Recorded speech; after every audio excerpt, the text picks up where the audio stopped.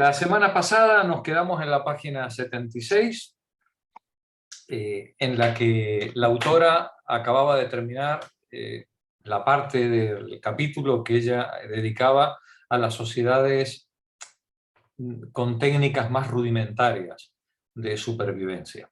Y habíamos visto cómo en estas sociedades, bueno, pues tenemos presente todo tipo de comportamientos, del infanticidio al senicidio, pasando por todo tipo de maltratos en la infancia o en la ancianidad, pero también habíamos visto que había algunas culturas que no practicaban este tipo de maltrato, ni a los niños ni a los ancianos.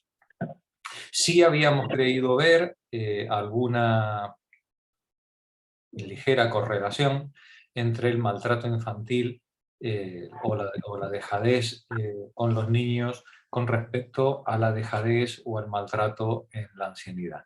Pero la autora nos venía mostrando que no era posible establecer una relación causa-efecto ni entre la pobreza y este tipo de comportamientos, ni siquiera en las estructuras sociales o en las estructuras económicas y estas formas de comportamiento.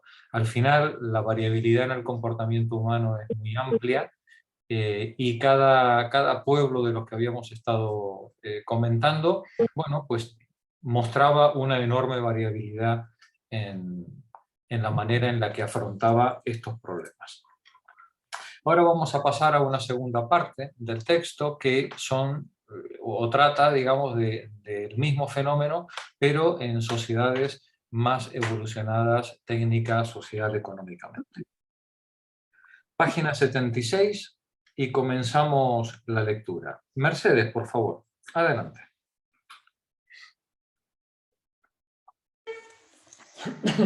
Las sociedades que hemos examinado hasta ahora solo tienen técnicas rudimentarias. La religión e incluso la magia ocupan en ellas poco lugar. Cuando la vida económica requiere un saber más rico, cuando la lucha contra la naturaleza es menos áspera y permite tomar a sus respectos ciertas distancias, la magia, la religión se desarrollan. La función del anciano se hace entonces más compleja. Puede detentar grandes poderes. El caso más típico es el de los arandas, que antes de la llegada de los misioneros habían establecido una verdadera gerontocracia. Los arandas, vamos a ponerles cara, los arandas son un pueblo australiano, uno de los pueblos originarios australianos. Vamos a ver algunas fotos de ellos. Están muy fotografiados y son muy conocidos en la filmografía y en la cultura popular, desde Cocodrilo Dandy, ¿no? En adelante, los aborígenes australianos son un pueblo muy conocido en Occidente, ¿no?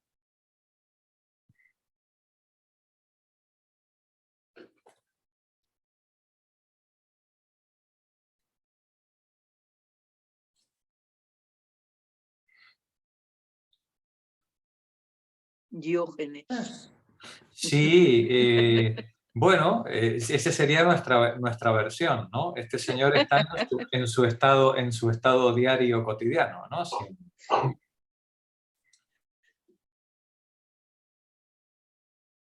Están todos delgados, ¿eh? Este ya no tanto. Bueno, no, esto se ve que también hay clases sociales, ¿vale? También dependerá del contexto y de la época en la que es tomada la foto. No es lo mismo un aborigen en mitad del siglo XX que en el siglo XIX ahora, ¿no? Tienen condiciones de vida radicalmente diferentes. Esta foto que estamos viendo ahora es de 1914 y probablemente estamos en el momento en el que mejores fotos se pudieron obtener de estas gentes, ¿no?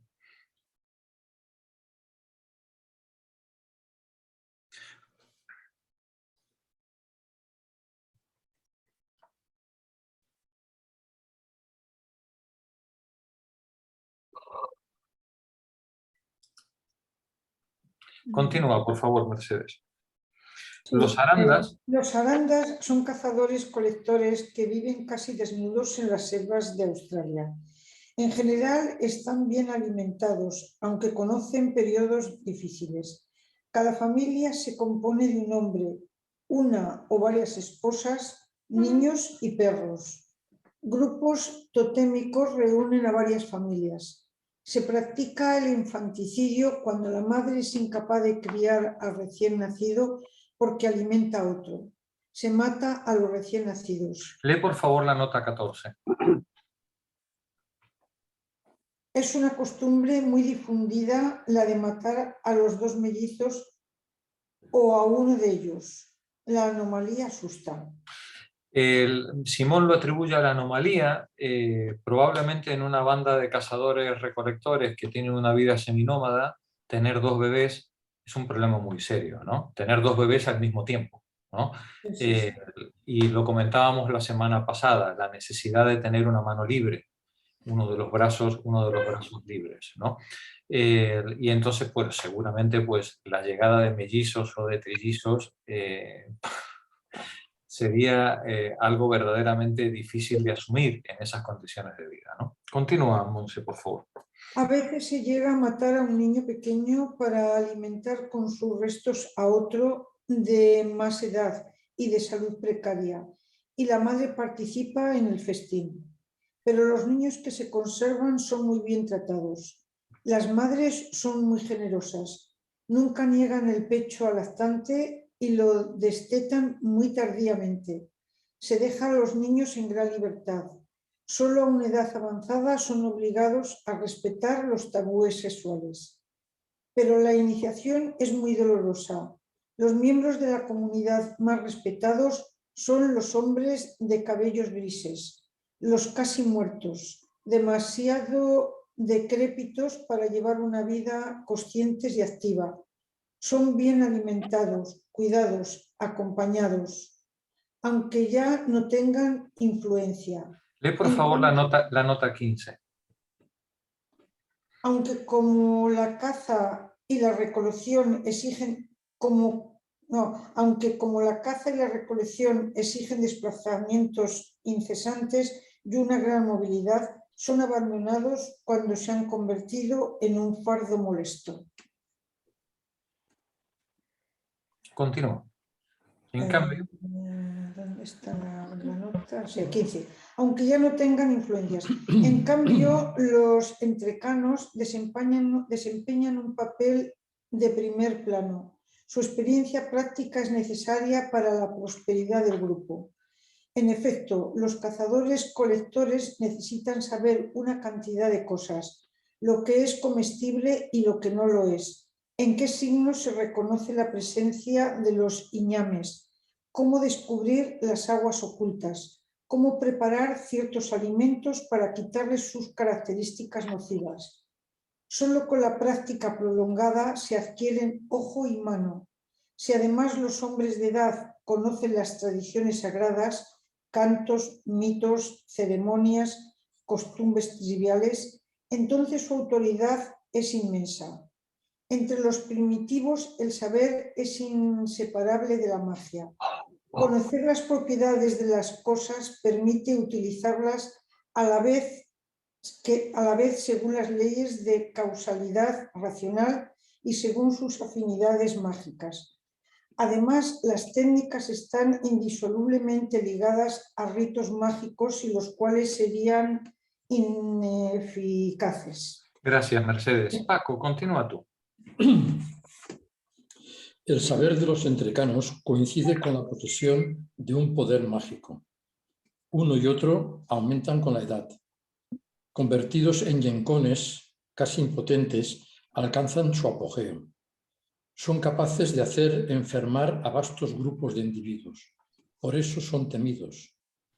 Ya no están sometidos a los tabúes alimentarios. En efecto, están en cierto modo más allá de la condición humana e inmunizados contra los peligros sobrenaturales que amenazan a esta. Lo que está prohibido al hombre normal, en su interés propio y en el de la comunidad, ya no les está vedado. Su condición excepcional los designa para cumplir una función religiosa. Aquel que por su edad se acerca al más allá es el mejor mediador entre este mundo y el otro. Las gentes de edad son las que dirigen la vida religiosa y ésta abarca toda la vida social. Son poseedores de los objetos sagrados utilizados en las ceremonias. Son los únicos que tienen el derecho de tocar los churingas, piedras sagradas que simbolizan a la vez los antepasados míticos y los tótemes. Las churingas, ¿os acordáis, no? Las piedras estas que hacen girar y genera un ruido perturbador, que es el que con el que ellos entran en trance en sus bailes y ceremonias, ¿no? Adelante. Estas piedras tienen tanto más valor cuanto más antiguas son, porque acercan más la comunidad viviente a los héroes de los tiempos pasados. Los viejos dirigen las ceremonias durante las cuales son expuestas. Se les manifiesta la mayor deferencia. En el curso de esas fiestas, los jóvenes solo hablan si los viejos les dirigen la palabra. Estos deben instruir a sus descendientes. Les transmiten cantos, mitos, ritos, pero se guardan ciertos secretos. Los jóvenes están sojuzgados por ellos a causa de los ritos del pasaje. Les temen. Deben someterse a importantes restricciones de alimentos en beneficio de los viejos. En ciertas tribus les dan sangre para fortalecerlos. Se la sacan de una vena del brazo, del dorso de la mano o de debajo de las uñas. Con ella se baña el cuerpo de los viejos que también la beben. Fijaos si es importante esta tradición de paso de mayores a jóvenes, que fíjate la nota 17, lee por favor. Sí, para castigar a los jóvenes que trabajan con los blancos, se niegan a instruirlos. Así es como se han perdido muchas tradiciones. Es decir, el castigo es no transmitir, no transmitir esa tradición, ¿no? Continúa, los viejos. Los viejos reciben obsequios de comida por su conocimiento de las ceremonias, por sus actividades rituales y sus cantos. Su riqueza, su prestigio, los designan para ser los jefes de la comunidad. En principio, el más viejo es el que la dirige. Pero si sus facultades declinan, solo conserva el poder nominal. Poco a poco va sustituyéndolo un suplente más joven. Pide consejo a los hombres de su edad. Aún en las tribus donde la jefatura se transmite por herencia y donde el jefe puede entonces ser joven, los ancianos son los verdaderos amos. Arbitran en las querellas, indican los lugares donde deben instalarse nuevos campamentos, organizan los festines. Nada puede hacerse sin su consentimiento. Antiguamente aprovechaban de esa autoridad para acaparar a las mujeres. Exigían que les fueran reservadas todas las doncellas. El móvil no era tanto sexual como económico y social. Las muchachas deben casarse apenas llegadas a la pubertad y los muchachos tienen que esperar la iniciación. El anciano y su vieja esposa tienen interés en hacerse alimentar por una mujer joven. La vieja dice: el pobre viejo debe tener una esposa joven que vaya a buscarle miel y agua.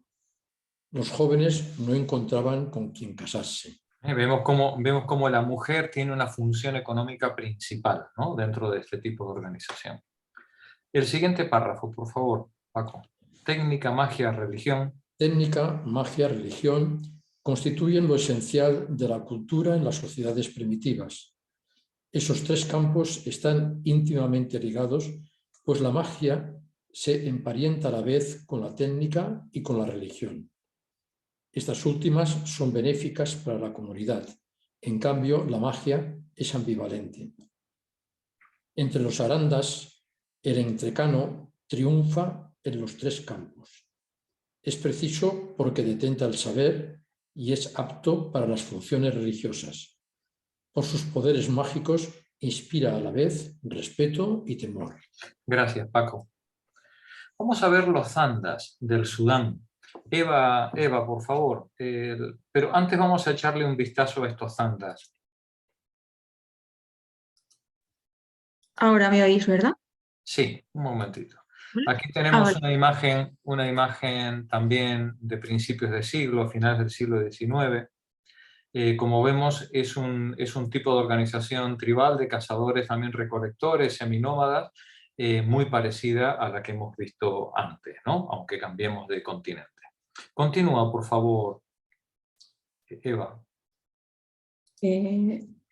Entre los zandas del Sudán se encuentra un esquema análogo, pero la magia predomina y el hombre de edad funda su dominio sobre todo en el miedo.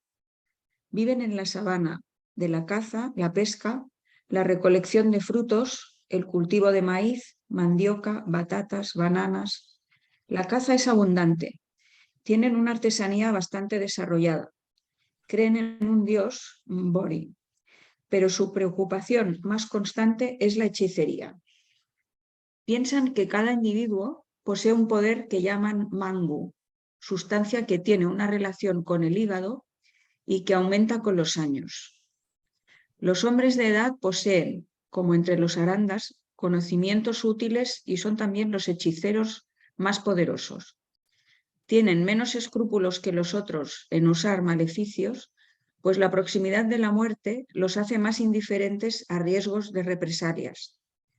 El resultado es que la dirección de la comunidad está entre sus manos. Se les pide que bendigan las expediciones de caza. Fracasarían si les hicieran mal de ojo. Para comprar su benevolencia, se les distribuyen piezas de caza cuando ésta ha sido fructífera.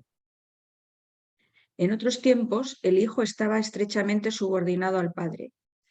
Los viejos aprovechaban la situación para acaparar a las mujeres, tanto que a un joven le resultaba difícil casarse. En este plano, las cosas han cambiado un poco, como resultado del contacto con los blancos. Bajo la influencia de estos últimos, las creencias de la joven generación y las de la vieja son diferentes. Esta atribuye siempre la muerte a un maleficio. Cuando el muerto es muy viejo, se piensa que ha agotado el tiempo que le estaba asignado con la tierra y que ha bastado un mangu muy débil para matarlo. A veces se atribuye la muerte a Dios. Se dice, Mbori se lo ha llevado. La vida es comparable a un palo que Mbori roe poco a poco. Llegado al fin, el hombre expira, pero no sin la intervención de un hechicero del que la familia trata de vengarse. Sin embargo, los jóvenes vinculan la muerte con la decrepitud. Dicen del muerto, se ha comido su parte. Fijaos qué diferente manera, ¿no?, de enfocarlo, ¿no? Para los viejos, Mbori les roe el palo, ¿no? Para los jóvenes es que el palo se lo ha comido el viejo, ¿no? Continúa.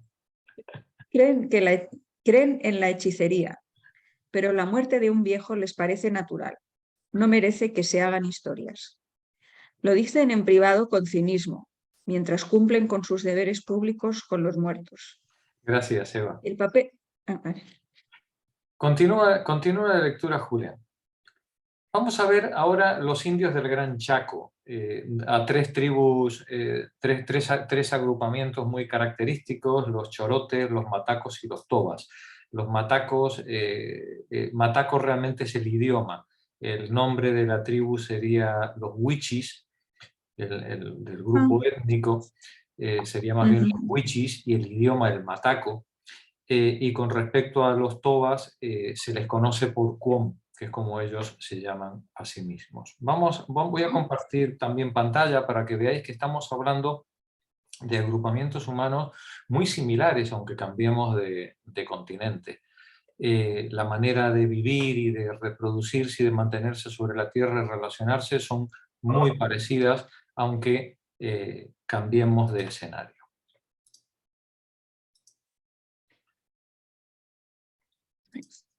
Aquí tenemos un grupo de wichis. En 1890 está sacada esta foto. Quizás no sea una foto representativa del estado primitivo de esta gente, ni mucho menos, porque esta foto corresponde al periodo posterior a la gran matanza que hace el ejército argentino en general, los ejércitos coloniales o postcoloniales, contra estas poblaciones durante el siglo XIX, ¿no? Entonces probablemente esta foto ya está tomada en un momento de gran pauperismo y de gran degradación de esta gente en base a la miseria y a la persecución, ¿no?, a la que se están viendo. Aquí tenemos otra foto, esta foto de los chorotes.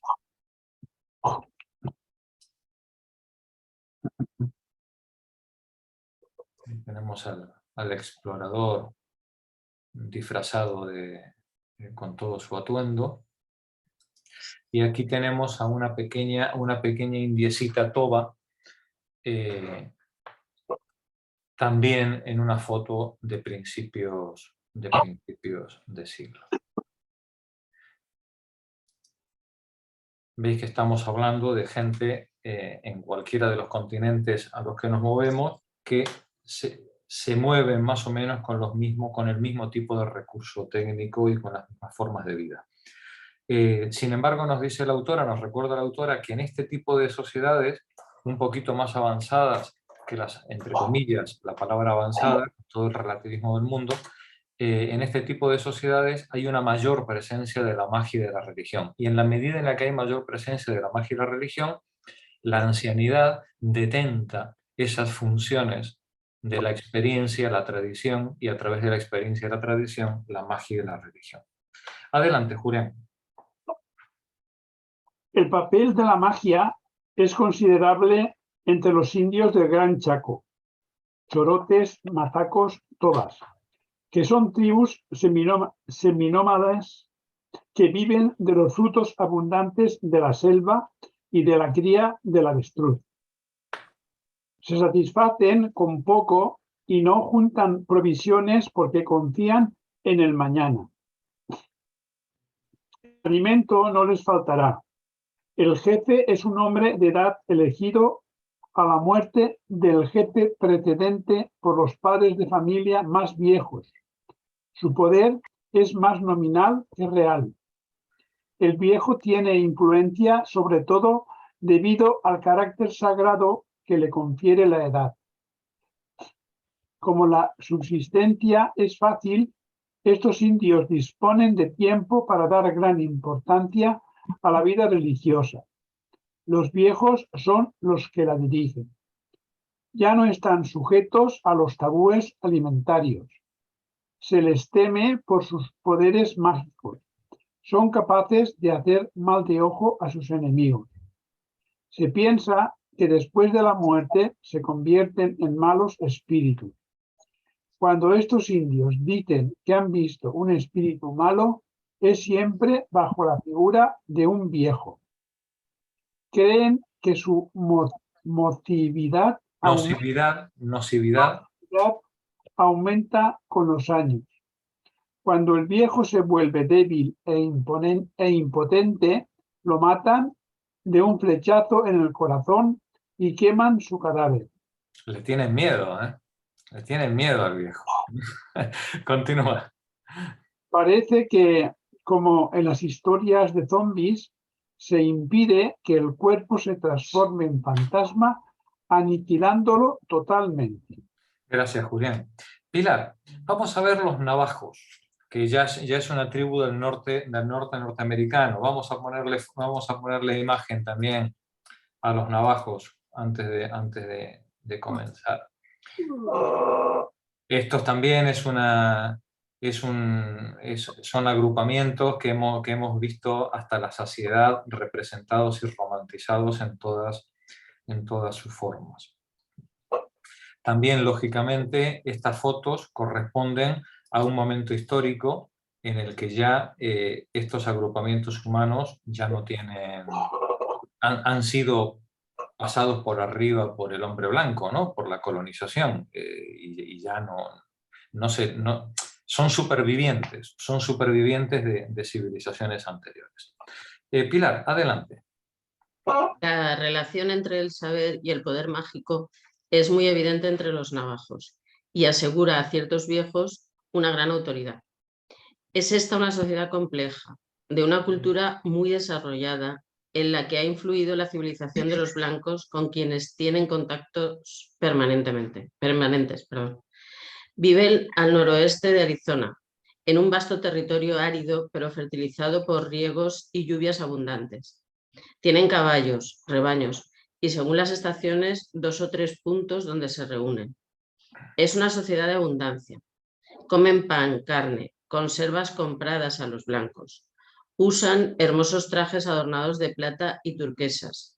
Trabajan la plata, tejen, peinan la lana. Poesía, cantos, danzas, artes de imaginación están muy desarrollados entre ellos. La familia es matrilineal y las mujeres gozan de consideración. Sus rebaños suelen ser más importantes que los de sus maridos. Abuelos y nietos tienen relaciones afectuosas.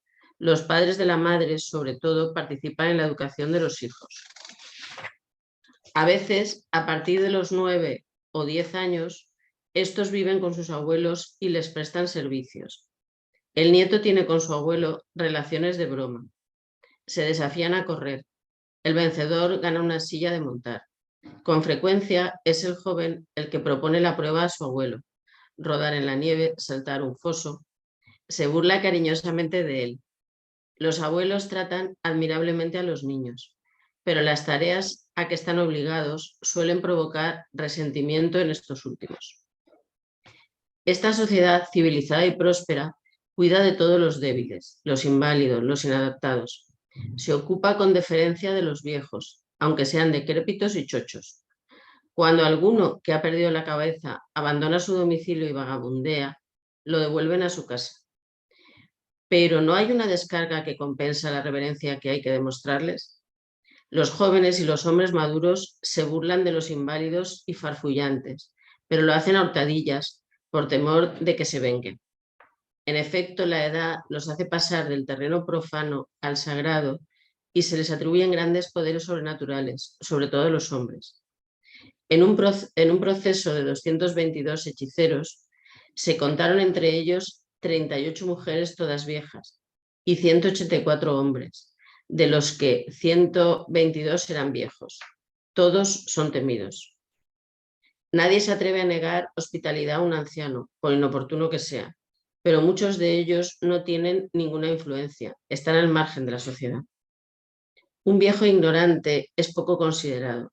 Se respeta por encima de todo a los cantores capaces de conservar y transmitir la memoria de las tradiciones. Cuentos, mitos, ritos, ceremonias, danzas, fórmulas. Se los tiene por seres sagrados que poseen inmensos poderes.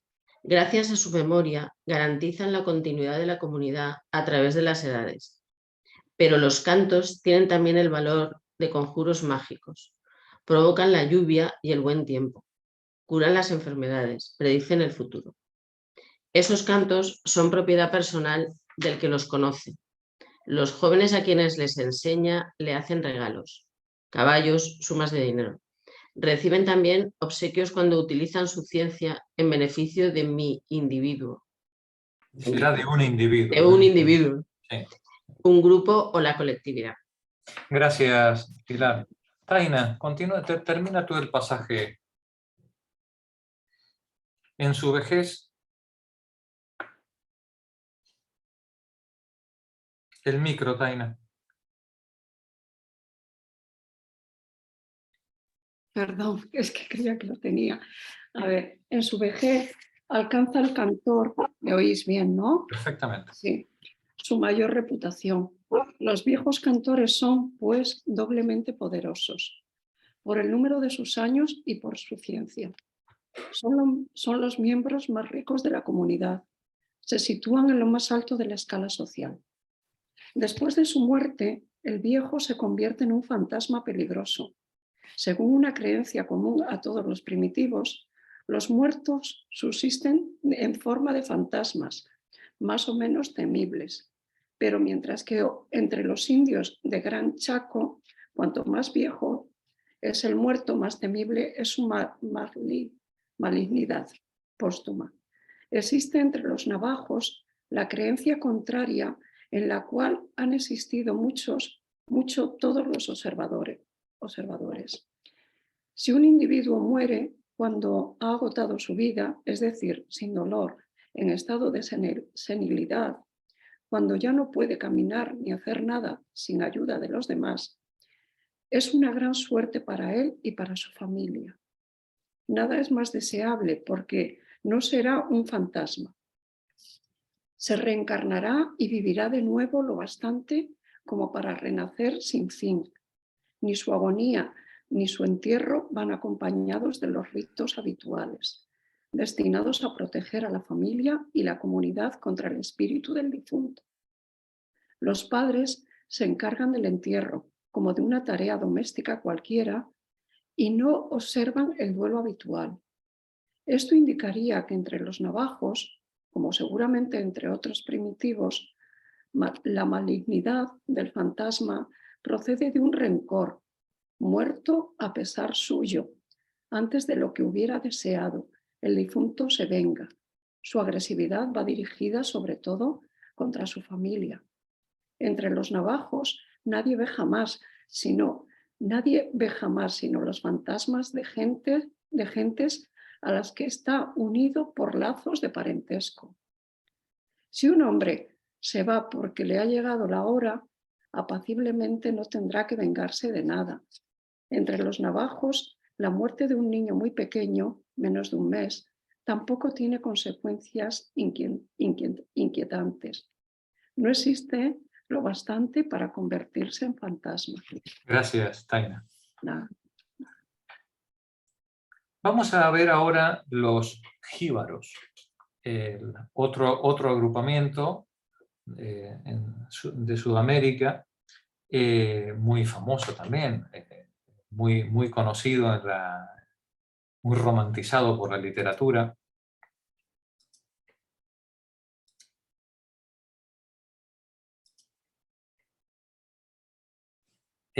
Por las famosas reducciones de cabezas, ¿no?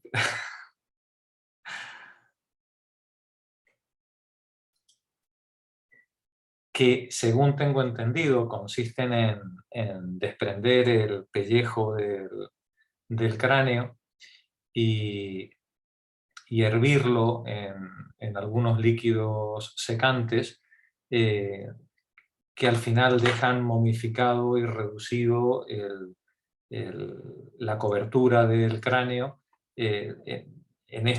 reducido, digamos, a una quinta parte de su tamaño original, ¿no? Hoy los jíbaros, como comprenderéis, no se parecen en nada no se parecen en nada a sus antepasados. Esta foto que está sacado en un parque de Logroño, yo entiendo que no será Logroño, en nuestro Logroño, será algún otro Logroño que haya... No sé si alguno conoce Logroño y reconoce algo, pero bueno, no creo que sea nada parecido. Los jíbaros. Vamos a ver qué relaciones tenían con los ancianos los jíbaros. Isabel, por favor, adelante tú. Los jíbaros constituyen también una sociedad próspera. Viven en la selva tropical, al pie de los Andes, de la horticultura, la caza y la pesca. Los hombres cazan, las mujeres cultivan la tierra. Esta es fértil, la caza abundante, nunca les falta el alimento. Hacen tejidos y fabrican elegantes cerámicas. No tienen vida política. La familia está dispersa. Aman mucho a los niños. Solo suprimen a los anormales. Los hombres de edad son respetados. Gracias a su experiencia ha podido desarrollarse la ciencia de los animales y de las plantas, como también la farmacología. Transmiten los mitos y las canciones. Además de esta sabiduría, poseen un poder sobrenatural que no hace sino aumentar incluso en la decrepitud. Las personas de más edad de la familia son las que dan sus nombres a los niños.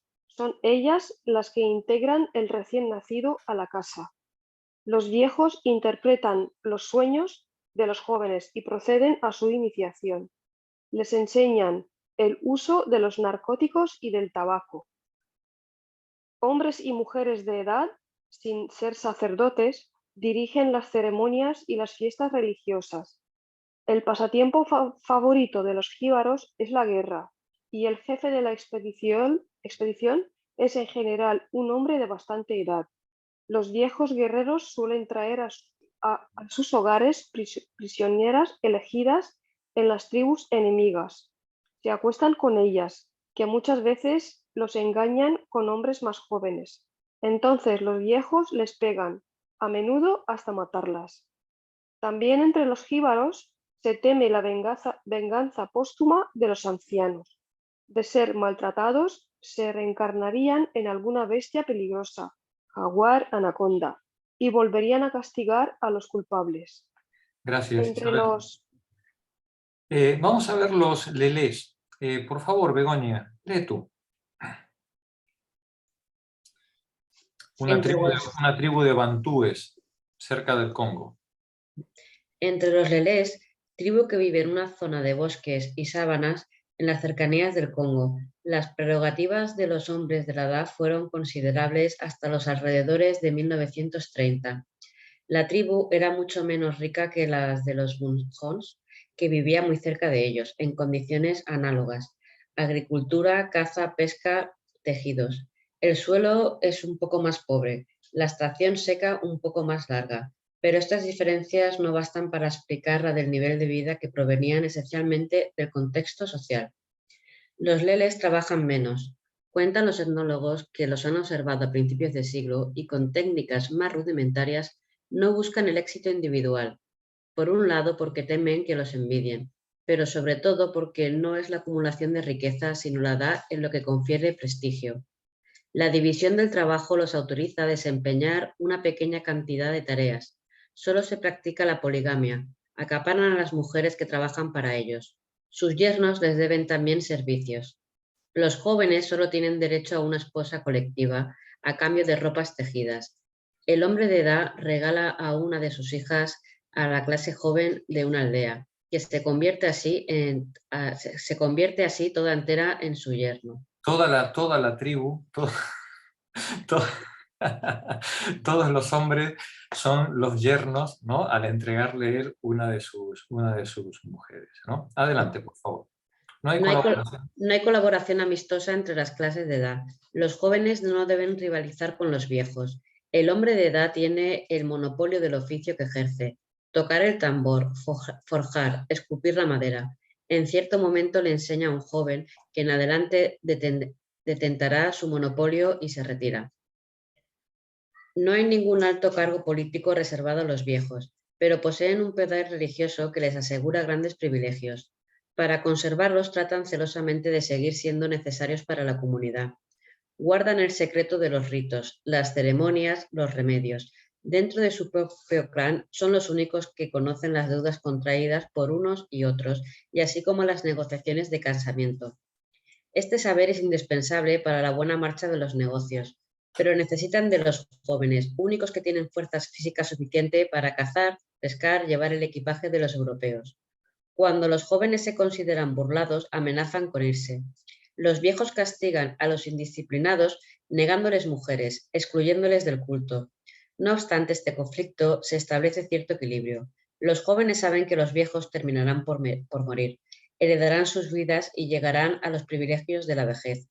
Todo sucede como si los leles hubieran sacrificado su standing general para establecer una especie de seguro social que garantizará su vejez. Vemos cómo en este caso particular la forma de organizar el parentesco y los matrimonios le garantiza, digamos, a los más ancianos una cierta prosperidad que de alguna manera todos respetan en la medida en la que todos piensan que, bueno, que ya les tocará a ellos cuando llegue el momento, ¿no? Luego veremos, cuando leamos a Lévi-Strauss más adelante en las próximas sesiones, luego veremos que la poligamia tiene una función muy determinada, que ya veremos, no son meras arbitrariedades ni locuras de poblaciones, no son ocurrencias, ¿no?, que puedan tener. La poligamia tiene su función política, económica, inclusive podría incluso tener funciones en el ámbito de la supervivencia. Ya lo veremos luego. Continúa, por favor, Begoña. Hacia 1949 la situación había cambiado mucho. Los jóvenes se habían convertido al cristianismo, eran protegidos por las misiones y el gobierno. Se casaban con muchachas cristianas y trabajaban para los europeos. Ya casi no existían las clases de edad. Gracias, Begoña. Elida, vamos a ver los tips, otros bantúes de Nigeria. Vale, sí. Entre los tips, la aportación cultural de los viejos es la fuente de sus privilegios. Son bantúes de Nigeria que cultivan la tierra, tienen un poco de ganado, cazan, recogen plantas útiles, tejen y hacen alfarería. Crían con gran libertad a sus hijos, que una vez grandes trabajan con sus padres. Están también muy unidos a sus abuelos, que suelen transmitirles su experiencia religiosa y mágica. La edad adulta es la que se considera la más cabal. El calor es su atributo, en tanto que el cuerpo de los niños y los viejos es frío. Se dice de los muy viejos que acaban su cuerpo. Sin embargo, no creen que la impotencia ni el resecamiento seniles estén ligados a la vejez. Atribuyen la primera a la magia y la segunda a una enfermedad. Oficialmente todos son respetados, pero solo tienen influencia real si poseen conocimientos y aptitudes. En caso contrario, no se les confía ninguna función. Son alimentados, se los trata con cortesía, pero no cuentan para nada. La familia es patriarcal. Su jefe es el hombre de más edad si tiene las cualidades necesarias. El jefe de la comunidad es también el más viejo, con la misma condición. De lo contrario, tiene un título, pero ninguna autoridad verdadera. Los que juzgan rectamente hablan bien, conocen las genealogías y los rituales, son considerados sabios y guían al pueblo. Conocen las cosas y dirigen las fuerzas mágicas. Velan por la fertilidad de la tierra. Todas las actividades sociales, tratados, paz y guerra, herencias, procesos, dependen de la magia y por lo tanto están en manos de ellos. Luego veremos, en las próximas sesiones, que este aprecio por la vejez, como bien nos dice la autora, como bien insinúa la autora antes, cuando dice la familia es patriarcal, su jefe es el hombre de más edad, si tiene las cualidades necesarias. Si no se venera la edad, lo que se venera son las cualidades de experiencia, de conocimiento, de habilidades políticas que están asociadas, ¿no?, a una experiencia en la vida. Dice el jefe es el hombre de más edad si tiene las cualidades necesarias. Y el jefe de la comunidad es también el más viejo con la misma condición, que tenga esas cualidades necesarias de mando político, dotes de negociación, habilidad para llevarse al huerto a la gente en las discusiones, bueno, pues una serie de capacidades políticas y discursivas que lógicamente no todos los viejos van a tener, pero presumiblemente la tendrá quien ya tenga cierta edad, ¿no? Continúa, Elida. Curan a los enfermos, arbitran en las querellas, mantienen las estructuras sociales. Próximos a los antepasados, desempeñan una importante función religiosa y profieren oráculos. Los tips veneran unas piedras sagradas. Las viejas son las que cocinan los alimentos que se ofrecen a las piedras. Hombres y mujeres de edad dirigen las ceremonias. Cuando los viejos pierden sus fuerzas y sus facultades, se retiran de la vida social. Solo les queda una función honoraria o absolutamente ninguna. Algunos conservan funciones religiosas. A veces un viejo se cansa de la vida, entonces reúne a sus parientes, distribuye sus fetiches y se mata. Qué interesante. ¿Puedes leer tu versión, por favor? Porque la mía le falta la mitad de lo que acabas de decir. Pues en la mía también. Entonces reúne... La mía. La última oración. Entonces reúne... Entonces reúne a sus parientes, distribuye sus fetiches y se mata. ¿Me puedes mostrar? Sí, yo tengo... La portada, por favor. Ah, claro, eso es la edición vieja. Sí, la de Dasa. En la nueva se ve que han economizado hasta en las palabras, ¿no? Reúne a sus parientes y ¿qué más? Y se mata. Y sus fetiches, reúne a sus parientes y sus fetiches. No, distribuye sus fetiches, Magui. Distribuye sus fetiches. Vale, gracias. Fetiches, gracias. Maricruz, por favor. Entre los kikuyus, Elida, cuando te des cuenta de algún gazapo de este tipo, haznoslo saber para que no nos perdamos parte del texto. ¿Vale? Sí, he encontrado cosas distintas. Os oigo leer y tengo cosas distintas yo. Pocas palabras, pero distintas. Pues sí. cuando lo encuentres algo así, nos lo dices para que lo podamos apuntar en nuestra versión.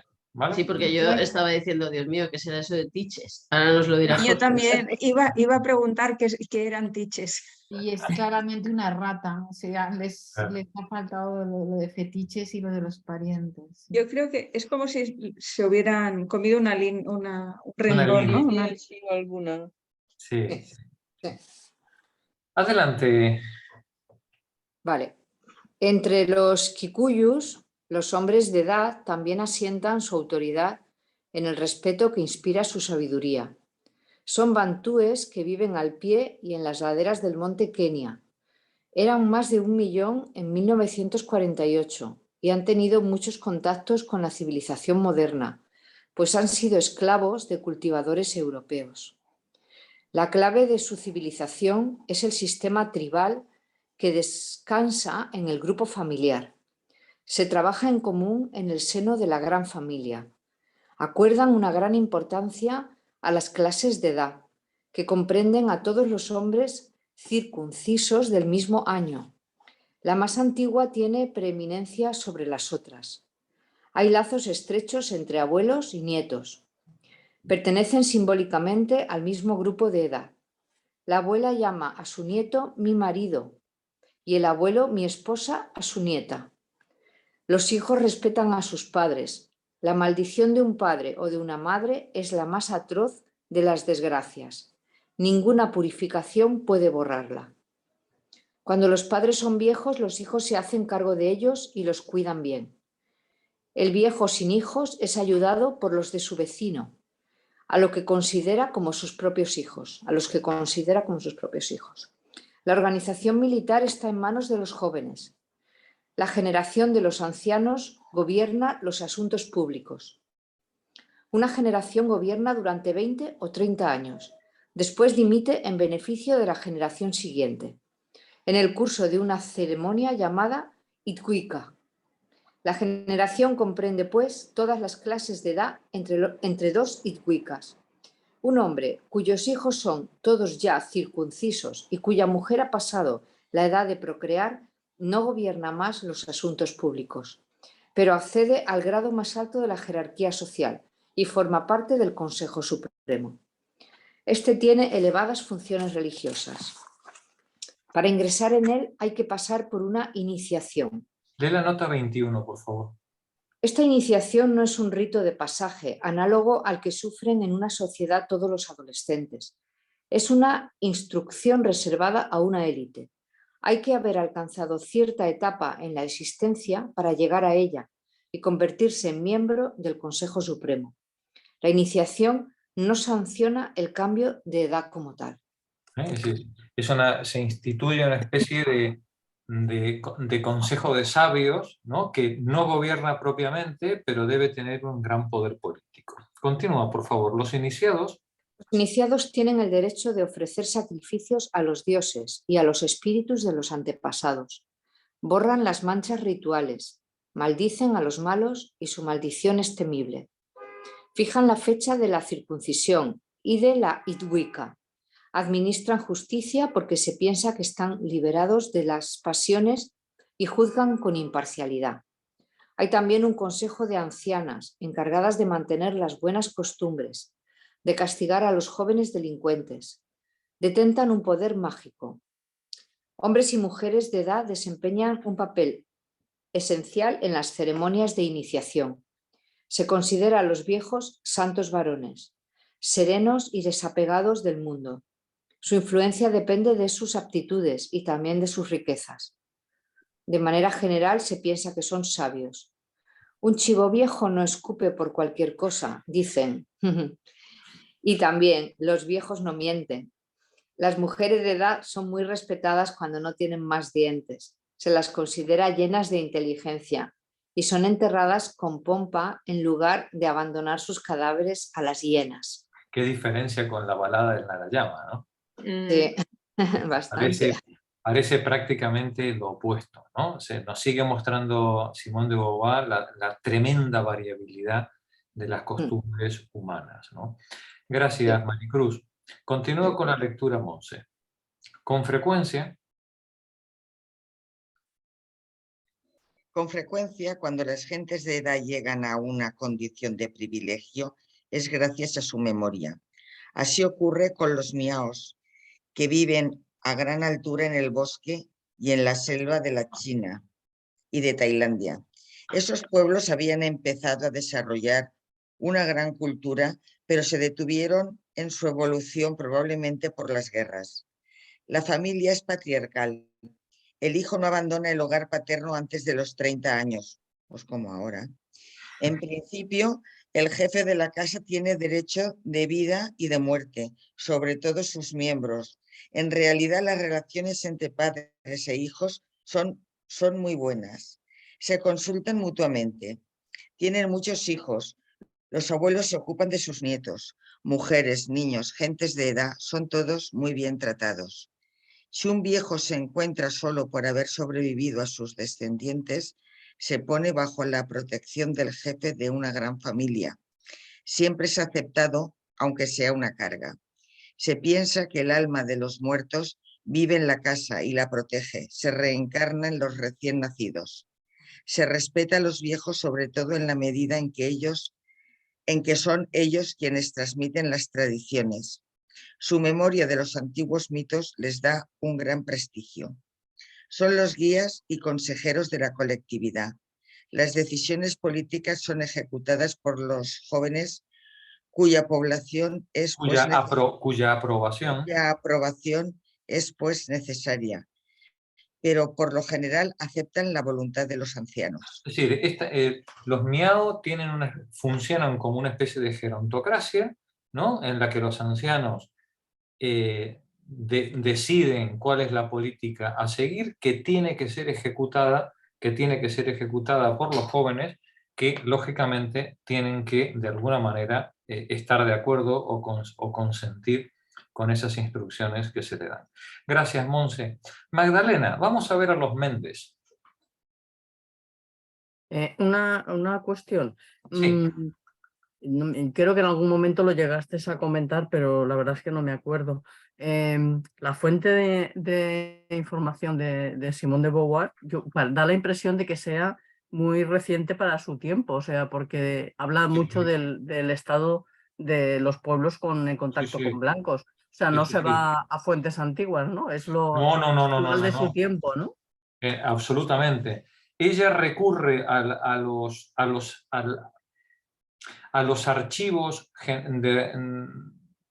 archivos etnológicos que va coleccionando la Universidad de Yale a partir de 1949. Si son es una base de datos mundial que se va construyendo después de la Segunda Guerra Mundial, con toda la información que se va recibiendo de todos los informes etnológicos, antropológicos, que van conformando la gran colección de datos de todas estas poblaciones. Lo que ocurre que es una base de datos muy variopinta. Hay informes de todo tipo. Hay informes desde los que podrían ser los de Boas o Malinowski, y luego hay informes de misioneros, militares. Claro, es que no todos llegan a todos sitios, ¿no? Pero en última instancia se trata de formar una gran base de datos que permita, pues, al investigador, al estudioso, pues tener acceso rápidamente a todo el saber de la etnología mundial en ese momento, ¿no? Y esa base de datos se va construyendo a lo largo de decenios. En la época que Simón escribe esto, en 1970, seguramente el material era ingente, que se disponía de todo el mundo, ¿no? Y seguramente ella lo ha leído ya en la Universidad Francesa, no se habrá ido a Norteamérica a buscarlo, o sí, no lo sé, desconozco dónde ella recurrió a ese material, ¿no? Seguramente en Francia también habría una base de datos muy importante, sobre todo teniendo en cuenta la enorme potencia que desarrolló la antropología francesa en la segunda mitad del siglo XX. Es tan apabullante el texto, ya lo vais a ver en el siguiente capítulo, porque esto que está haciendo con la etnología, en el siguiente capítulo lo va a hacer con la literatura, ¿eh? Es brutal. Yo no sé de dónde sacaba esta criatura tiempo para leerse todo eso, ¿no? Porque además no tenía Wikipedia, no tenía... Google, no había nada. Pues por eso. El ordenador. Ahí ni había ordenador, ni búsqueda por Por eso palabras. tenía tiempo, muy bien, Eva, por eso tenía tiempo. Sí. Marí, ¿qué decías? ¿Que tenía unos amores en Estados Unidos? Sí. Claro, claro, no tenía sabía. su segundo amor. Es Sí. que Pues no sabía yo creo ese que, cotilleo. que con Sartre el amor era más intelectual. No quiero decir con esto que no tenían relaciones sexuales, pero yo creo que el pobre de Sartre no llegaba. Y Son apreciaciones y su amor etnológicas. americano, que no me acuerdo cómo se llama, Era un escritor, ¿verdad? era más sexual, más Creo recordar físico. que era un escritor. Era un... Sí, no, era un tío muy inteligente, no me acuerdo ahora cómo se llamaba. Y fue también una pasión tremenda que tuvo. Fue una pasión, pero fue una pasión mucho más física que intelectual. Fíjate. No digo tampoco en los la vuelos... otra parte que no hubo conocimiento o contacto intelectual muy fuerte, pero el contacto intelectual era sobre todo con Sartre y el contacto físico era con el americano. Pero muy fuerte, muy fuerte, ¿eh? Yo creo que con el americano gozaba. Y además en el avión que la despertó físicamente, según tendría lo mucho que yo he tiempo para leído, leer. ahora yo no he estado entre ellos. En los vuelos tendría mucho tiempo para leer estas cosas de etnología y todo eso, para suerte nuestra. Me voy a apuntar al minutaje Pues para cortar esta. Sí, ya. ¿Por qué? Es parte de la historia, es que si has leído una biografía de Simone de Beauvoir, pues todo el mundo lo sabe esto, ¿eh? Sí, lo que pasa que a lo mejor no lo dicen tan crudamente como yo, ¿vale? No, sí está muy bien. No, lo que pasa que, yo qué sé. Lo has dicho muy bien, Marí. Lo has dicho muy bien. Ha sido culpa mía por preguntar, perdonad el momento cortilla, pero bueno, sí. No, pero hombre, los cotilleos son importantes también. Los cotis siempre son bienvenidos. Claro. Bueno, total, que sean de Norteamérica María. o de Francia, esta mujer desde luego estaba muy bien informada, muy bien informada. Adelante. Vale. El papel de la memoria es todavía más... ¡Ay! Vaya hombre, espera. Ahí. El papel de la memoria es todavía más evidente entre los mendes, cuya organización política tiene sus raíces en un pasado lejano. Es un pueblo musulmán que contaba aproximadamente con 572.000 miembros en 1931 y que vive en Sierra Leona. Las familias son patriarcales. Bajo un mismo techo habitan varias generaciones. El jefe de familia es el hombre de más edad. En la mesa, él es el primero en ser servido y comparte la comida primero con los individuos de su generación. Hay dos clases bien definidas. La clase superior está constituida por los descendientes de los cazadores y los guerreros que han ocupado primero la tierra. Comprende a los jefes y sus familias. Los más viejos son llamados los grandes. La segunda comprende a los recién venidos y a los descendientes de esclavos. Los primeros poseen la tierra que el padre lega al mayor de sus hijos. Los segundos son solamente ocupantes. El propietario tiene derecho a los servicios de todos los habitantes de la casa. Estos hacen los trabajos de granja, cultivan el arroz, fabrican el aceite de palma, cazan y pescan. El propietario teje ropa para ellos. A la cabeza de cada grupo hay un jefe que es una persona de edad, no necesariamente la más vieja, sino la que tiene más influencia. Puede ser una mujer si el marido ha muerto y si éste tenía una personalidad destacada. Cuando llega a la senilidad, el jefe es sustituido por un regente. Solo la memoria permite decir a qué clase pertenece un individuo. El que aspira a la jefatura debe conocer la historia del país, las genealogías, las biografías de los fundadores y sus descendientes, y ese saber le es legado necesariamente por los abuelos.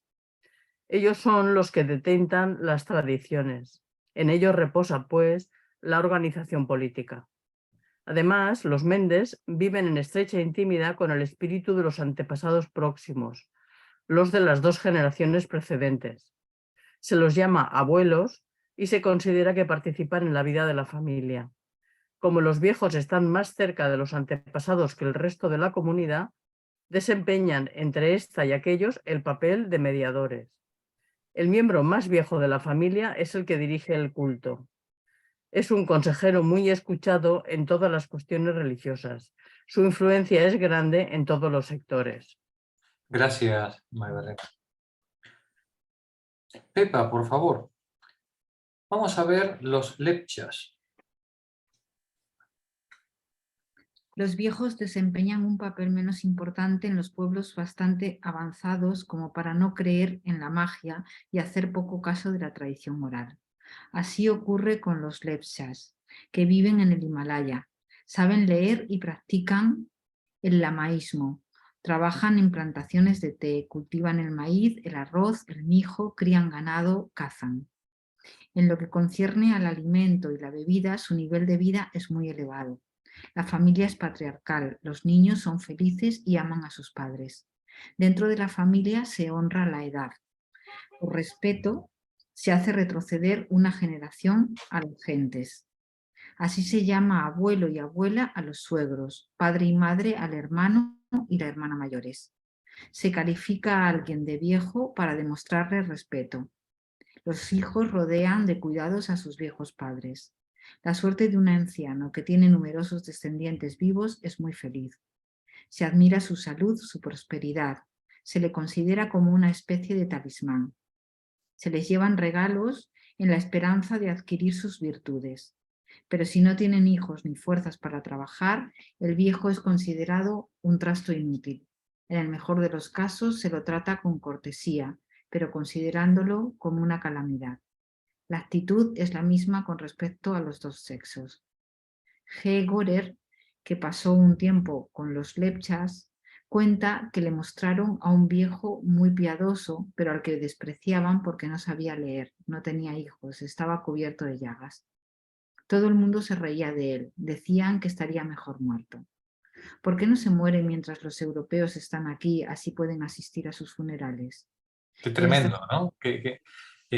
Fijaros, en este caso, digamos, el bienestar del anciano depende de la familia, ¿no? Cuando el anciano no tiene una familia que le cobije, la comunidad lo considera una carga, ¿no? ¿Por qué no se muere mientras están aquí los europeos, ¿no? Continúa. En esta sociedad la única defensa de los viejos es el amor de sus hijos. En sí no tienen ningún valor. Sigue adelante. Ya hemos visto numerosos casos en los que los viejos estaban en lo más alto o en lo más bajo de la escala social.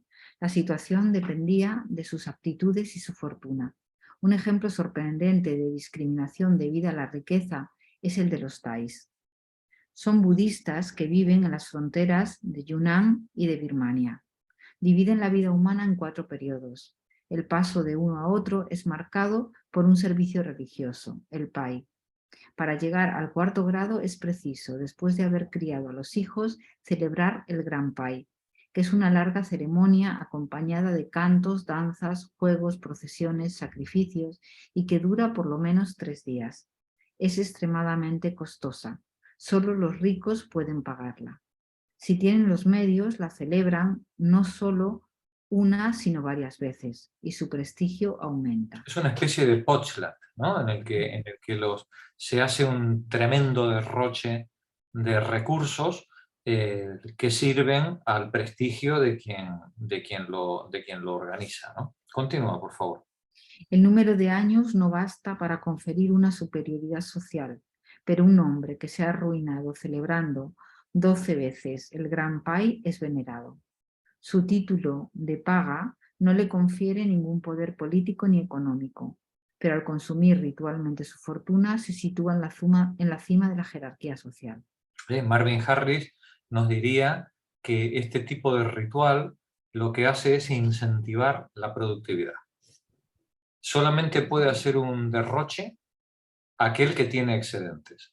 Y solo puede conseguir excedentes el jefe de un grupo, el jefe de una familia, que sepa estimular y organizar el trabajo de manera de conseguir esos excedentes. El derroche, porque en una sociedad en la que comprenderéis que los excedentes no se pueden acumular, ¿vale? Sí, el derroche, porque uno diría, hombre, pues que trabajen menos, ¿no? Sí, que trabajen menos y que tengan más tiempo libre, pero entonces no se pueden hacer los derroches. Para poder hacer los derroches en los que participa toda la comunidad, en el consumo de ese derroche, y en el que lógicamente a quienes les ha ido mal también se pueden beneficiar de ese derroche, estamos ante un modelo de organización de la producción que en base a esta ostentación del derroche estimula el trabajo colectivo de todos los miembros en la consecución de la mayor cantidad de valores de uso posibles, ¿no? Y de alguna manera este derroche colectivo que pareciera ser tan absurdo contribuye, digamos, al bienestar general mediante esta estimulación por emulación del trabajo de todos los miembros de la comunidad, ¿no? Pero lo estimula, Jorge, porque invita a que otro trabaje para poder tener, para derrochar en el futuro. A envidiarlo, claro. Y para tener como lo hemos hablado muchas veces, las personas necesitamos reconocimiento. En este tipo de organización social, el reconocimiento se consigue por el derroche. El derroche compartido. No es que me lo como todo yo, sino que invito a la fiestorra a todos los demás, ¿no? Es decir, y en la medida en la que yo comparto con los demás el derroche, estoy contribuyendo a ese bien común por 2 caminos, ¿no? Uno, por brindar el alimento a los demás, pero otro también por estimular ese afán de competencia en el prestigio en todos los demás miembros de la comunidad, ¿no? Continúa, Pepa. Existen sociedades prósperas y equilibradas en las que la edad no es ni una decadencia ni una fuente de prestigio. Es lo que veremos en 3 ejemplos muy diferentes entre sí. Gracias, Pepa. Dice, existen sociedades prósperas y equilibradas en que la edad no es ni una decadencia ni fuente de prestigio. Vamos a ver ahora el ejemplo de los kunas, los gunas. ¿Qué página, por favor? Estamos en la página 91. Gracias. Último párrafo.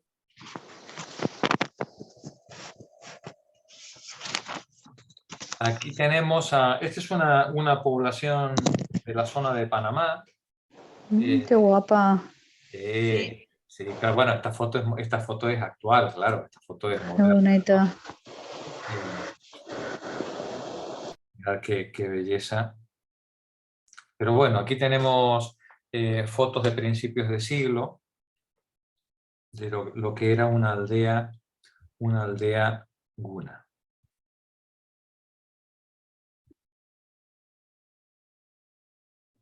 Jorge, ¿de los lepchas tienes fotos?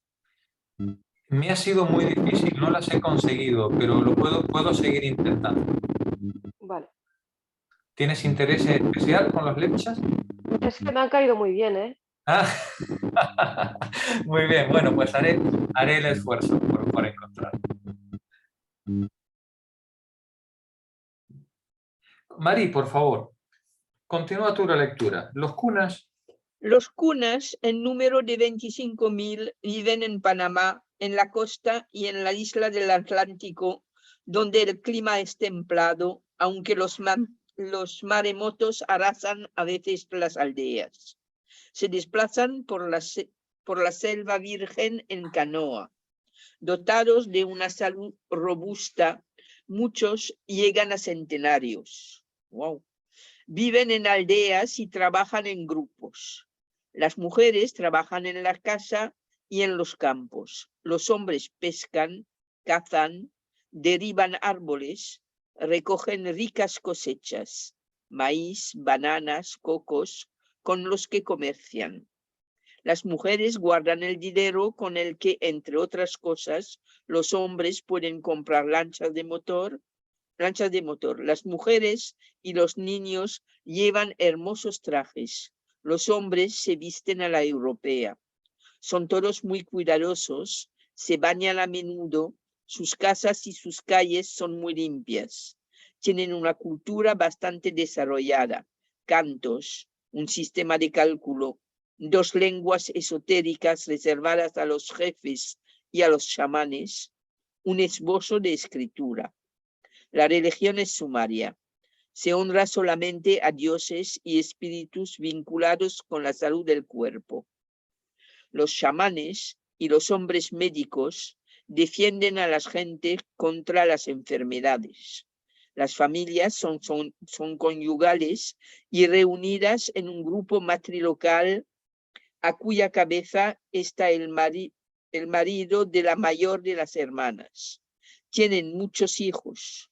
Gracias a su buena salud, las gentes de edad y aun los muy viejos siguen llevando una vida activa. Las viejas tienen a su cargo la casa, comercian con los cocos.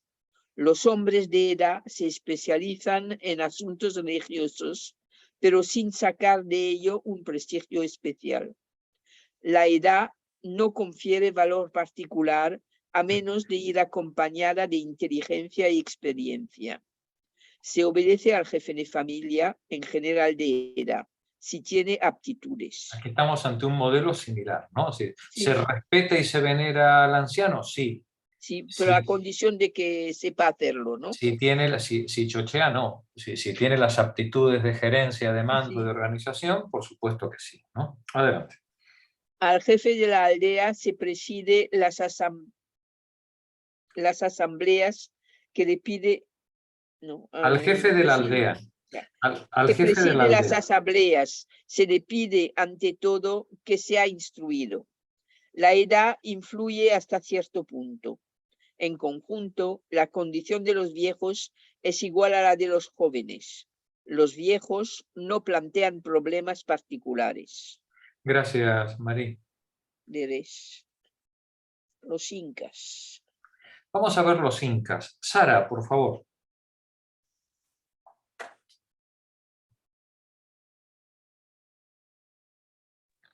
Un momentito, esperad. ¿Queréis hacer una pausa para ir al aseo? No, ya caducó. Ya está, es que iba a cerrar la puerta, que si no, no... Ponernos de pie. No estaba... A ver, los incas tuvieron una historia en un siglo. En un siglo conquistaron y perdieron un imperio. Sin embargo, su civilización era representativa... Repetitiva. Su civilización era repetitiva y descansaba en tradiciones orales. Entre las civilizaciones arcaicas es una de las que se conocen mejor. Es interesante ver el lugar que ocupaban en ella los viejos. Los incas tenían costumbres brutales, pero unas técnicas y una organización social notablemente desarrolladas. Los hombres pasaban gran parte del tiempo guerreando y trataban salvajemente a los prisioneros. Eran agricultores notables, sabían disponer terrazas en las montañas, abonaban el suelo con guano, cultivaban la patata, el maíz, cereales, profusión de plantas. Habían domesticado la llama y la alpaca, sus rebaños eran prósperos, conservaban el grano en vastos depósitos, explotaban minas de oro, plata, plomo y mercurio. Habían realizado grandes obras hidráulicas, canales, reservorios, esclusas. 6 grandes caminos atravesaban el territorio, puentes suspendidos de cuerda cruzaban los ríos. Habían construido magníficos edificios, villas, palacios, templos. La artesanía estaba muy desarrollada, entre otras la del oro y la plata. La vida económica era animada. Había ferias donde los campesinos canjeaban sus productos. Las tierras estaban divididas en 3 lotes. Uno estaba consagrado al sol, el segundo pertenecía al Inca, el último a las castas superiores que lo hacían cultivar por los campesinos. Lo más notable de esta civilización es que existía lo que podría llamarse el empleo completo. A partir de los 5 años de edad, todo el mundo debía servir para algo. Los hombres estaban distribuidos en 10 clases, las mujeres en otras 10. En 9 de ellas la agrupación se hacía por edad y la 10ª estaba formada por todos los inválidos. Cada categoría tenía sus tareas y debía servir lo mejor posible a la comunidad. La categoría más respetada era la de los guerreros, de 25 a 50 años de edad. Estaban al servicio del rey y de los señores. Algunos eran enviados a las minas. Se casaban hacia los 35 años, las mujeres hacia los 33. Antes de los 25 se debía obediencia a los padres, había que asistirlos, servir a los caciques. A partir de los 9 años, las niñas y las muchachas servían a sus familias, tejían, cuidaban los rebaños. La edad no suprimía la obligación de trabajar. Después de los 50 años, todos los hombres estaban eximidos del servicio militar y de todas las tareas penosas, pero debían trabajar en la casa del jefe y en los campos. Conservaban su autoridad en la familia. Las mujeres de más de 50 años tejían ropas para la comunidad, entraban al servicio de las mujeres ricas como guardianas, cocineras, etc. A los 80 años estaban sordos, no sabían más que comer y dormir, pero a pesar de todo eran utilizados. Fabricaban cuerdas y tapices, guardaban las casas, criaban los conejos y patos, recogían hojas y paja. Las mujeres tejían e hilaban, guardaban las casas, ayudaban a criar a los niños y seguían sirviendo a las mujeres ricas, vigilando a las criadas jóvenes. Fijaos qué impresionante la descripción que acaba de hacer Simone de Beauvoir, ¿no? Si es así, estamos ante una sociedad, o estábamos en esa época ante una sociedad para la que no había residuos humanos. Toda persona tenía que participar. Claro, eso también seguramente tenía su contrapartida. El que se movía, como decía Alfonso Guerra, no salía en la foto. Adelante, continuamos con la lectura. Cuando tenían campos no carecían de nada, sino recibían limosnas. A los hombres también, les daban comida y ropas, cuidaban sus cabras, si se enfermaban los cuidaban. De un modo general, los hombres de edad eran temidos, honrados y obedecidos. Podían aconsejar, enseñar, dar buenos ejemplos, predicar el bien, ayudar al servicio del Dios. Servían de guardianes a las mujeres jóvenes, tenían el derecho de azotar a los muchachos y a las muchachas si no eran dóciles. Gracias, Sara. Adelante, Pepa. Bueno, hay Se una puede cosa que sí conseguir. que me ha llamado la atención y es que sí, tenían una gran esperanza de vida, porque si se habla de personas hasta los 80 años y luego con todos estos conocimientos alguien los tendría que transmitir. Es que la esperanza de vida en todas las poblaciones humanas es más o menos la misma, Sara. Si no has muerto en el parto y has sobrevivido a los primeros 5 años de infecciones, de tal, y luego tu vida goza de una buena alimentación y no has sido maltratado en las minas, machacado como un vulgar esclavo. Sí, pero si se tiene previsto, o sea, si al describir estas sociedades se tiene previsto a comunidades respecto de los 80 años, no son casos aislados, a eso es a lo que me refiero. Ah, no, en absoluto, en absoluto. Entonces, no. realmente sí que podía haber una comunidad pues, suficientemente amplia como para que se tuviera en consideración que había personas de más de 80 años que se dedicaran a estas otras tareas. Claro. Este tipo de comunidades organizadas que manejan excedentes alimenticios importantes y que se distribuyen de forma relativamente razonable, aunque haya una gran opresión política y religiosa, ¿no? Pero bueno, si la forma de vida es razonablemente llevadera, la longevidad de quienes no sufren enfermedades o accidentes o una puñalada en la guerra, que son muy pocos, bueno, pues es gente que llega a mucha edad. Lo que ocurre que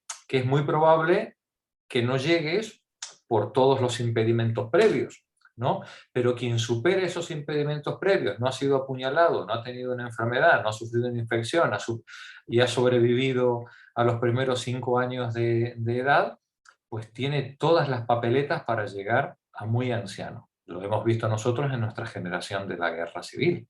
Y una cosa que no determina es estas mujeres ricas a las que servían, entiendo que tenían otras tareas, porque si realmente todos debían de servir a la comunidad, independientemente de su edad, tendrían otras tareas.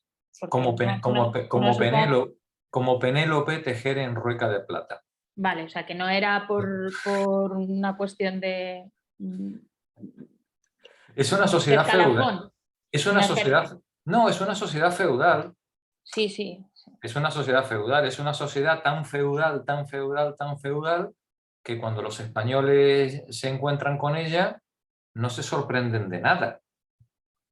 Si los españoles cuando llegan a América, tanto en México como en el Perú, se encuentran con una civilización prácticamente igual a las que ellos tenían en Europa. Hombre, no tenían hierro, no tenían caballos, no tenían armas de fuego, pero la organización política y la tecnología básica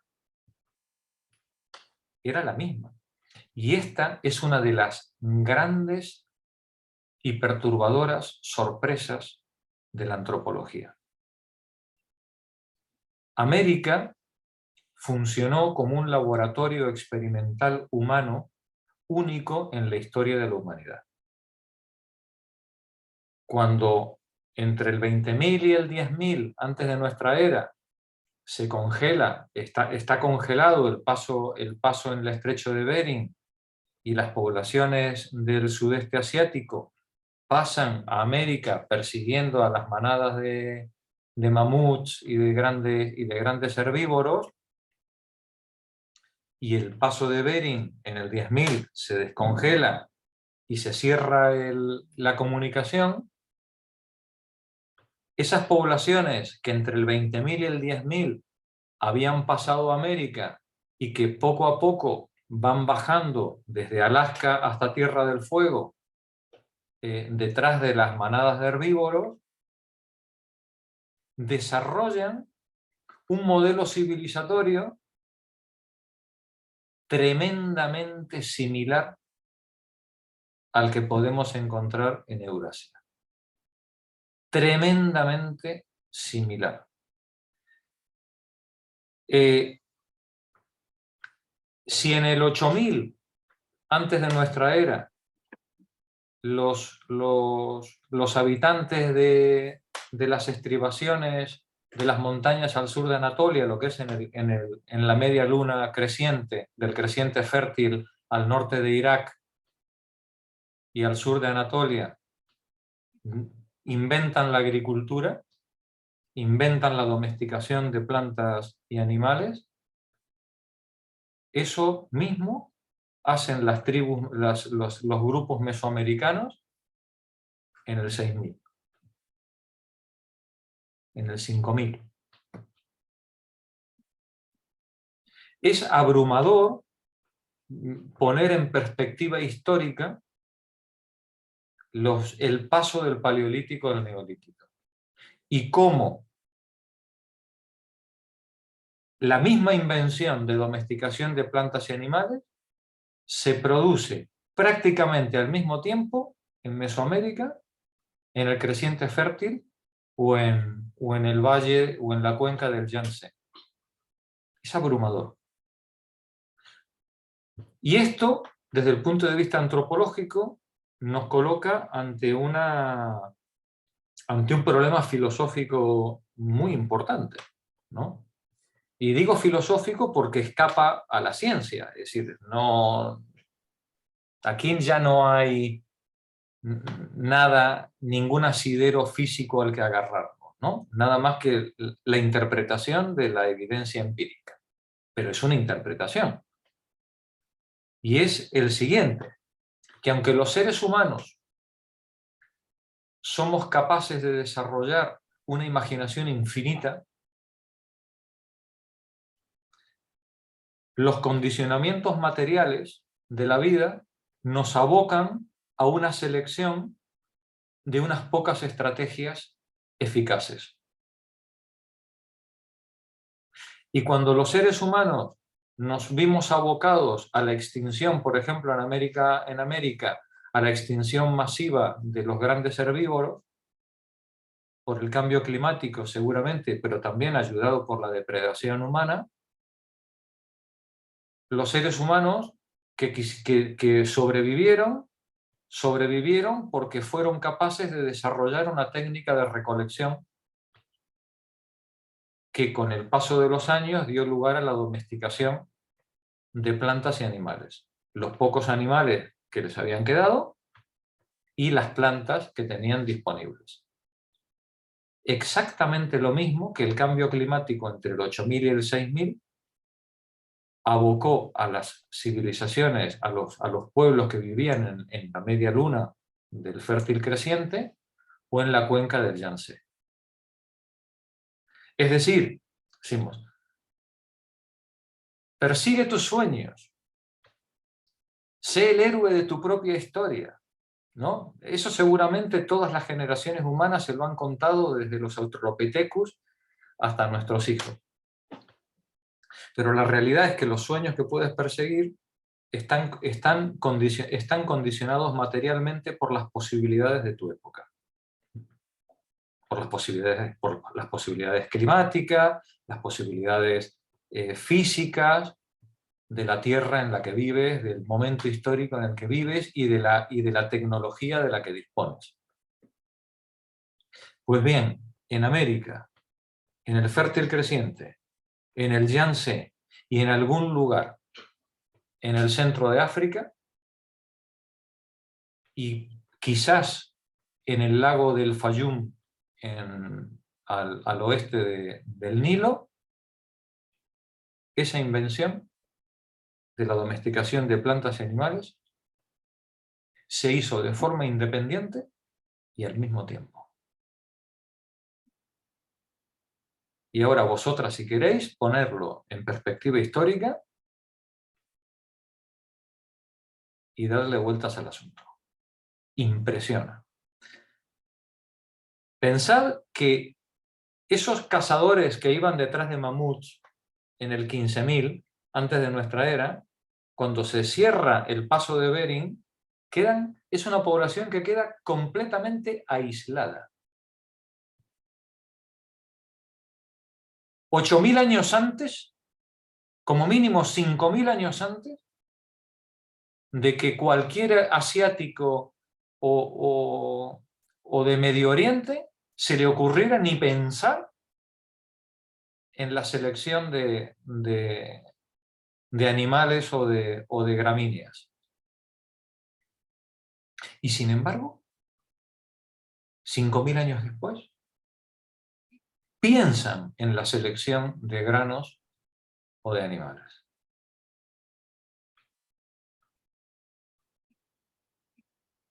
Tanto que cuando otros 5.000 años después llegan los españoles se encuentran con una sociedad feudal, tanto en México como en el Perú, prácticamente con la misma estructura política y productiva que los españoles tenían o que los europeos podían encontrar en, no sé, 100 años más atrasada tecnológicamente, 200 años más atrasada. No más, ¿eh? ¿No tenían caballos? Vale. Pero habían domesticado las llamas. Pero habían domesticado las llamas y además... Las alpacas. Por ejemplo... Tenían tomates. Lo de México está muy habían, bonito. Lo de claro, México está muy bonito descrito en la novela de Corazón de Piedra Verde de Salvador de Madariaga. ahora, Corazón de Piedra Verde es una Pero joya literaria donde las haya.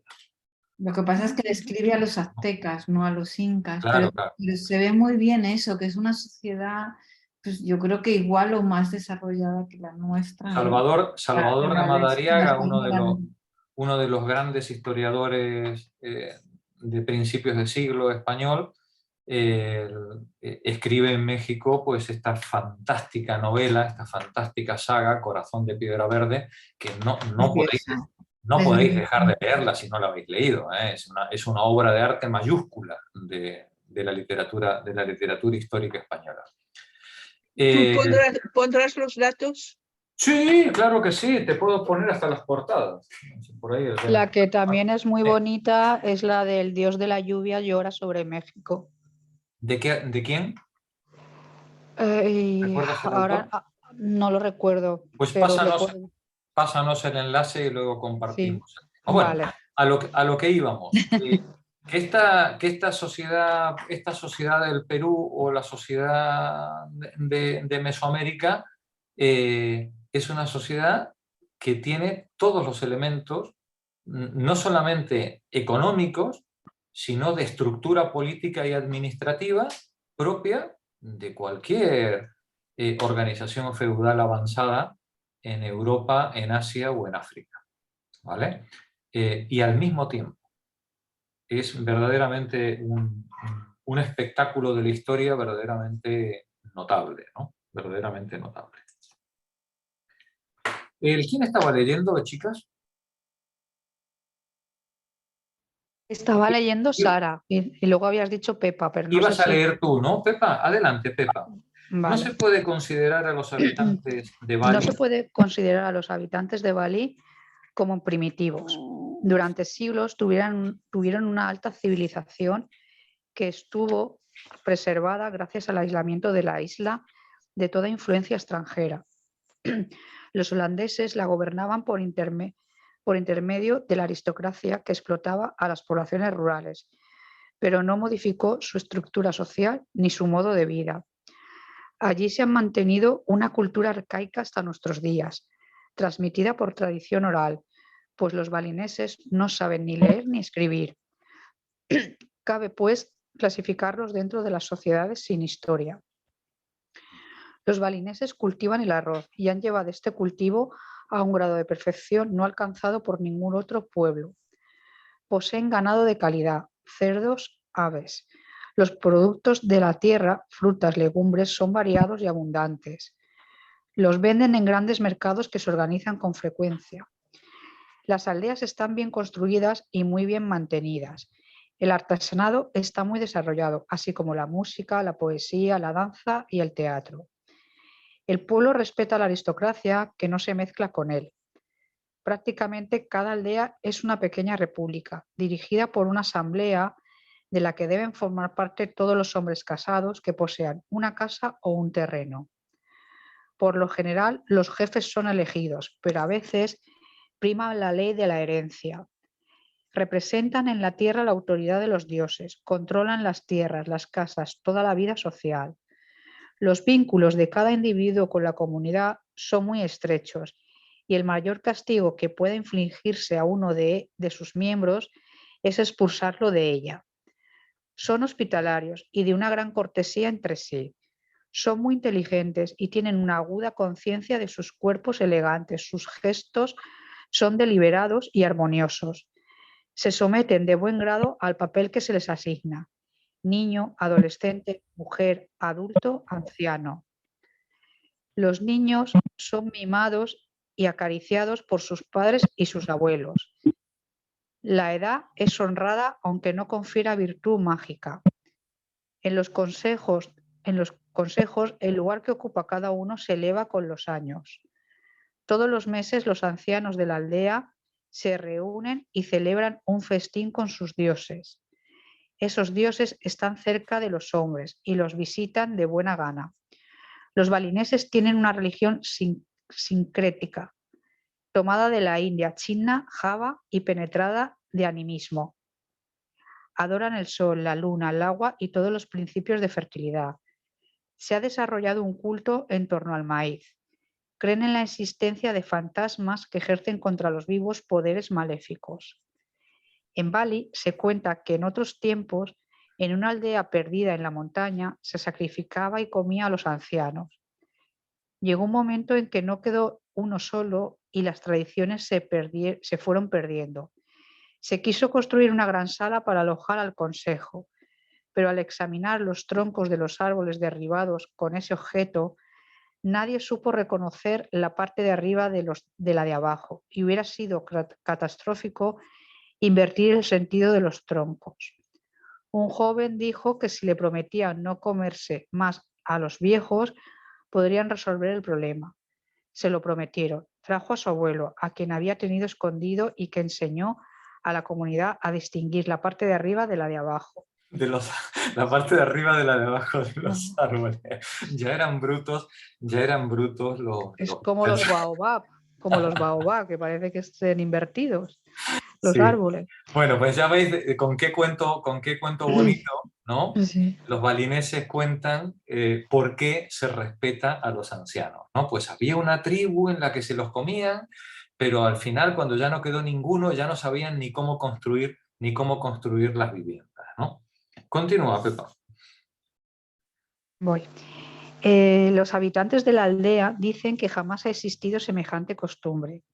Como quiera que sea, en todo el país se respeta a los viejos, en gran parte porque como su vida ha sido próspera, escapan a la decadencia senil. Conservan mucho tiempo una buena salud, no se encorvan ni se vuelven torpes, mantienen el dominio de sus cuerpos, la soltura adquirida en la juventud. Las mujeres de 60 años y aún más tienen todavía una hermosa silueta y la fuerza necesaria para llevar sobre la cabeza los pesados cántaros de agua, las cestas de frutas que pesan entre 40 y 50 libras. Fijaos qué descripción hermosa está haciendo aquí el que ha redactado el texto, ¿no? Dice, las mujeres de 60 años y aún más tienen todavía una hermosa silueta. No se habla de forma despectiva, ¿no? de ellas. No. Y además, la fuerza necesaria para llevar sobre la cabeza los cántaros de agua y cestas que pesan de 20 a 25 kilos. Hombre, ya están fuertes las señoras, ¿no? Continúa, Pepa. No dejan de trabajar salvo si están afectados por alguna invalidez grave. Piensan que la ociosidad sería peligrosa para su salud física y moral y correrían el riesgo de ser atacados por fuerzas sobrenaturales. La actividad de las mujeres aumenta incluso con los años. Se las ve después de los 60 dirigiendo toda la casa y ejecutando personalmente la mayoría de las tareas. Los hombres de edad trabajan poco, discuten, mastican bétel.